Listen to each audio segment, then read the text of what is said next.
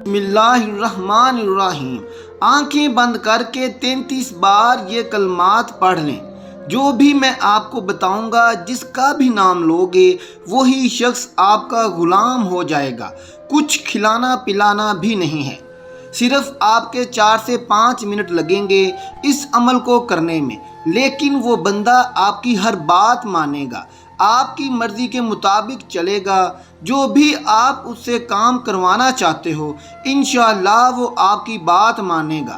یہ بات جان لیں، یہ جو عمل ہے دوسرے انسان کے دل میں محبت پیدا کرنے کے لیے ہے، اور اپنی بات منوانے کے لیے یہ عمل جانا جاتا ہے۔ مرد عورت کے لیے کر سکتا ہے، عورت مرد کے لیے کر سکتی ہے، اس میں کوئی پابندی نہیں۔ اب آپ کا کوئی بھی مسئلہ ہو سکتا ہے، آپ نے کسی سے شادی کرنی ہے، وہ لڑکی نہیں مان رہی، یا اس لڑکی کی ماں نہیں مان رہی، یا اس طرح کوئی لڑکی اس ویڈیو کو دیکھ رہی ہے، اگلا لڑکا نہیں مان رہا، یا لڑکے کا والد نہیں مان رہا، یا لڑکی کی ماں نہیں مان رہی۔ المختصر یہ ہے کہ جو بھی مان نہیں رہا اس کا نام لے کر یہ عمل کر لو، انشاءاللہ وہ راضی ہو جائے گا، آپ کے حق میں ہو جائے گا، آپ کی بات مانے گا، انشاءاللہ آپ کا رشتہ بھی ہو جائے گا۔ اس کے علاوہ اگر آپ کا شوہر ہے، آپ سے محبت نہیں کرتا، آپ سے لڑتا ہے، جھگڑتا ہے، مارتا ہے، پیٹتا ہے، آپ کی بات نہیں مانتا، گھر والوں کی زیادہ کرتا ہے، آپ کی کم کرتا ہے، تو بھی اس عمل کو کیا جا سکتا ہے۔ اپنے شوہر کے دل میں محبت پیدا کی جا سکتی ہے۔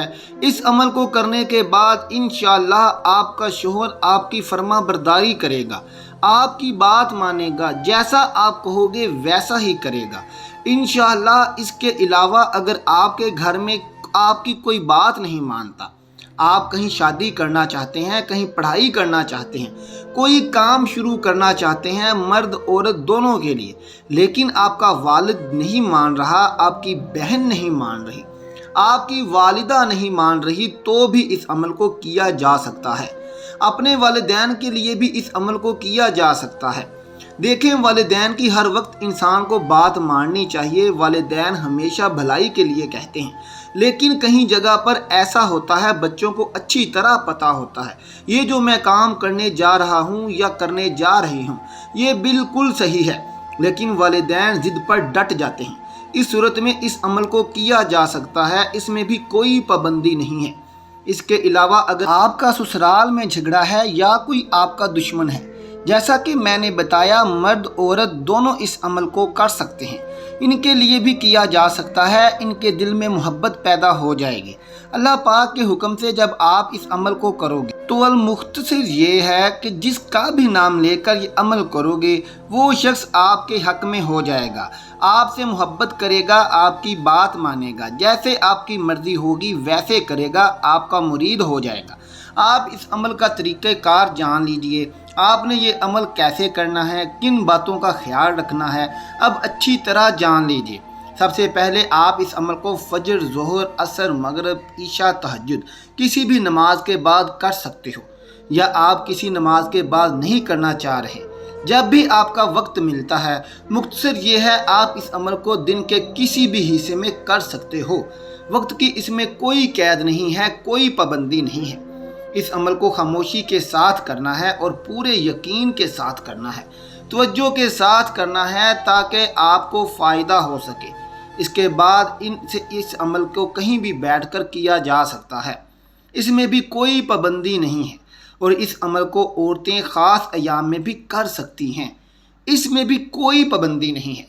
اگر آپ پہلے کوئی وظیفہ کرتے ہو، کوئی تسبیح کرتے ہو، کوئی عمل کرتے ہو، تو اس کے فوراً بعد بھی اس عمل کو کیا جا سکتا ہے۔ آپ نے وہم میں نہیں ڈال جانا کہ ایک عمل کے بعد دوسرا عمل کرنے سے کوئی نقصان نہ ہو جائے، ایسا کچھ نہیں ہوتا۔ ایک دن میں آپ جتنے بھی وظائف کر لیں، اس سے کوئی نقصان نہیں ہوتا، آپ کو فائدہ ہی فائدہ ہے، اور آپ کو کامیابی ہی کامیابی ہے، کیونکہ اس میں اعوذ باللہ، درود پاک، اللہ پاک کے اسم، قرآن پاک ہوتا ہے، تو آپ کو پڑھنے سے تو ثواب ملتا ہے اور فائدہ ہی فائدہ ہوتا ہے۔ اب اس وظیفے کی طرف آتے ہیں۔ آپ سب سے پہلے پڑھیں گے اعوذ باللہ من الشیطان الرجیم، بسم اللہ الرحمن الرحیم۔ آپ نے 3 بار پڑھنا ہے، یہ اس عمل کا حصہ ہے۔ علامہ احمد ساوی رحمۃ اللہ علیہ فرماتے ہیں قرآن مجید کی ابتدا بسم اللہ سے اس لیے کی گئی تاکہ اللہ تعالیٰ کے بندے اس کی پیروی کرتے ہوئے ہر اچھے کام کی ابتدا بسم اللہ سے کریں۔ حضرت ابو ہریرہ رضی اللہ تعالیٰ عنہ سے روایت ہے کہ حضور پر نور صلی اللہ علیہ وآلہ وسلم نے ارشاد فرمایا، جس اہم کام کی ابتدا بسم اللہ الرحمن الرحیم سے نہ کی گئی ہو تو وہ ادھورا رہ جاتا ہے۔ تمام مسلمانوں کو چاہیے کہ وہ ہر نیک اور جائز کام کی ابتدا بسم اللہ الرحمن الرحیم سے کریں۔ اس کی بہت برکت ہے اور کام میں اس کی ترقی ہوتی ہے۔ اس کے بعد آپ درود پاک پڑھیں گے، ایک بار میرے ساتھ بھی مل کر پڑھ لیجئے ثواب کی غرض سے۔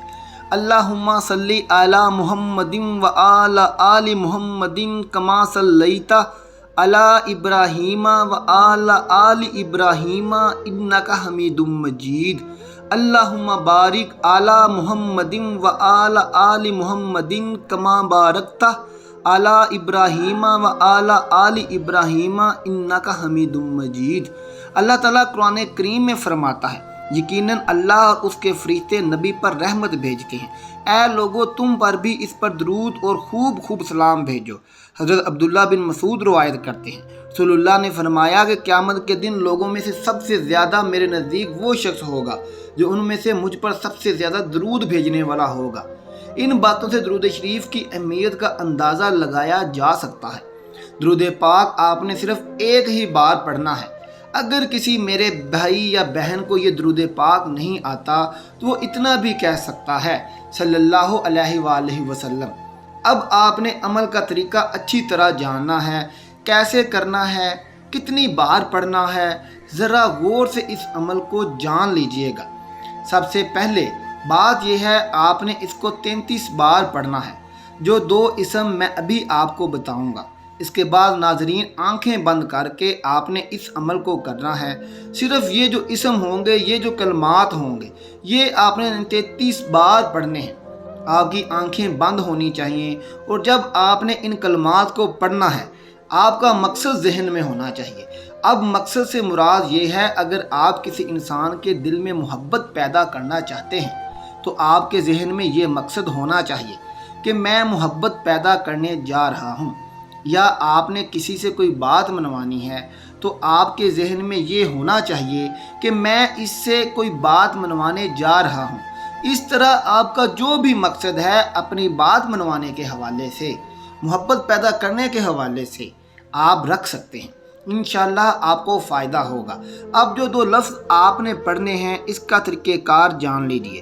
آپ نے اپنی آنکھیں بند کر لینی ہیں اور یہ 2 لفظ پڑھنے ہیں، یا قابض العزیز ذو الجلال والاکرام، کہ تمام اسما بہترین ہیں، لہذا ان میں کسی بھی قسم کی تعویل، تعطیل یا تشبیہ یا انکار کا عقیدہ رکھنا صریحاً الحاد ہے۔ اللہ کے کسی بھی نام کو کسی دعا میں وسیلہ بنایا جا سکتا ہے اور یہی سب سے بہترین وسیلہ ہے۔